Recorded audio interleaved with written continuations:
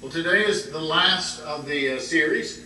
We're talking about today supporting the church with our service, prayers, presence, gifts, service, and witness.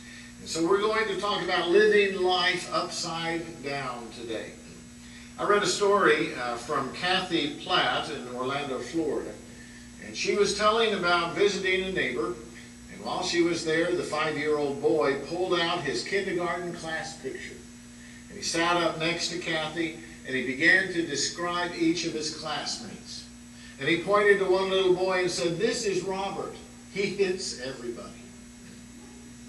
And then he pointed to another and he said, "This is Stephen. He never listens to the teacher." And then he pointed to another and said, "This is Mark. He chases us and is very noisy." And finally he pointed at his own picture and he said, "And this is me. I'm just sitting here minding my own business." Now, folks, that's what living right side up is all about. Because living right side up is all about me. It's a very self-centered way of living. Right side up focuses upon myself, and then from there goes out into the world. But today we're going to talk about the scriptures and how Jesus showed us how to live upside down. The gospel that we heard this morning was the Last Supper. You probably recognize that a little bit. There isn't a whole lot said in the Gospel of John about the Last Supper except for this foot washing. All the other Gospels have the regular part that we're familiar with, as far as Jesus beginning the new covenant and saying, "This is my body broken for you." But here in John, he has a different take on it. It's interesting because when the disciples came into this upper room, nobody washed their feet. And that was a common practice in those days. For you see, all of those men had been walking around all day long in the dirt of the town, having all of the dirt coming up and caking on their feet. And it was normal when you entered into a home that the least of the household, usually the youngest, or the least of the servants, would be there to wash your feet when you came in. Now, John records that the meal had already started. That somewhere in the midst of the Passover meal, Jesus gets up and he goes and he grabs the basin, and then he goes to each of the disciples to wash their feet. Now, I found it very interesting that it was in the middle of the dinner, the supper, that Jesus got up. And I wondered about that for a while. And I think maybe Jesus was waiting for a volunteer. You see, it should have been one of the disciples. Certainly they were of lower status than Jesus himself. And yet none of the disciples would get up and take care of it. They all saw the need. They had the need themselves. Everybody's feet were dirty. But because it was supposed to be the lowest of all, none of the disciples would admit that they were the lowest of the 12. And so nobody got up to take care of the need that was very obvious to everybody. And so Jesus did. Jesus got up and he began to wash everybody's feet. And in this particular scripture, we hear Peter's response to it. How upset that he was, saying that Jesus would never wash his feet. And I wonder whether that's because Peter understood that Jesus was placing himself beneath Peter and all of the other disciples.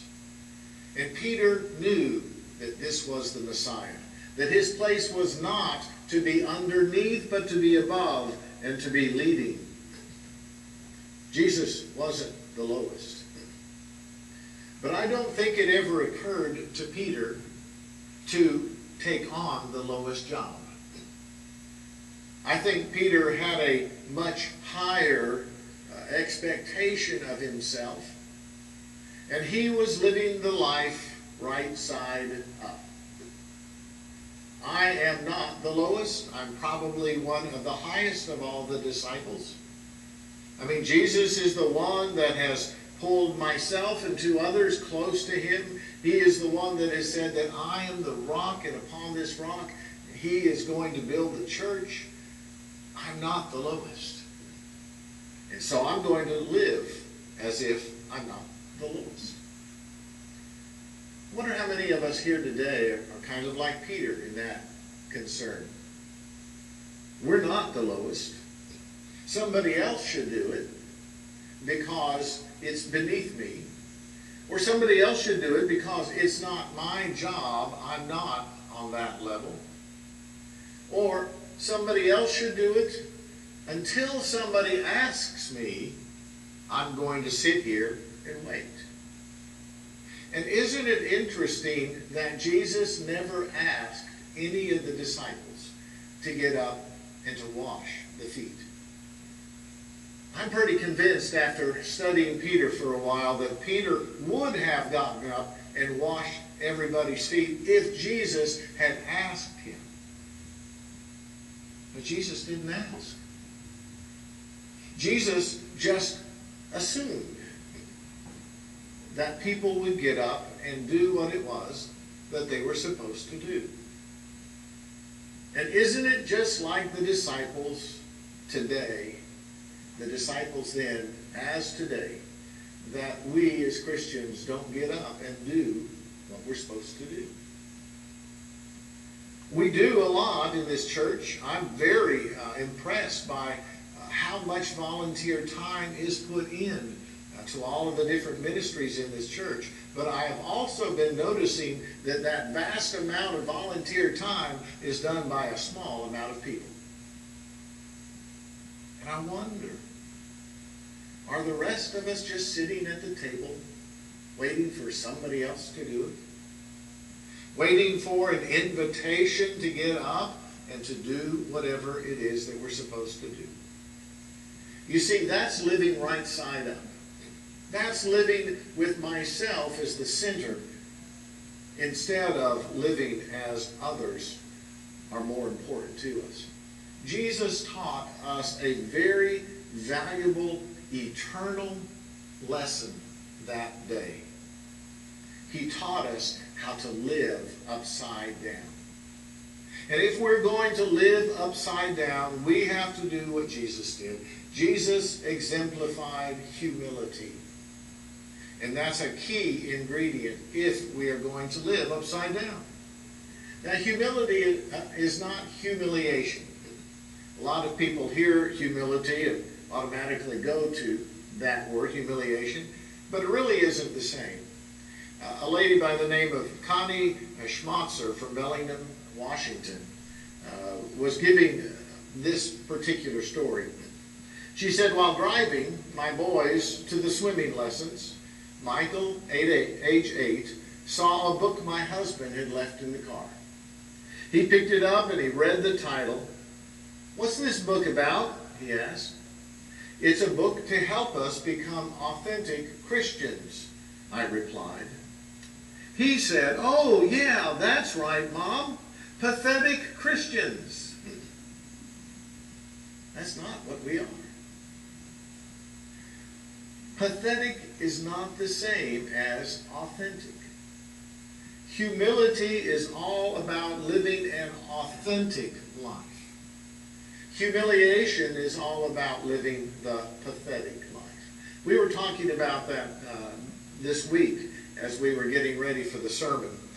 And an illustration came up that I thought was the easiest to understand. Humility is what I take upon myself.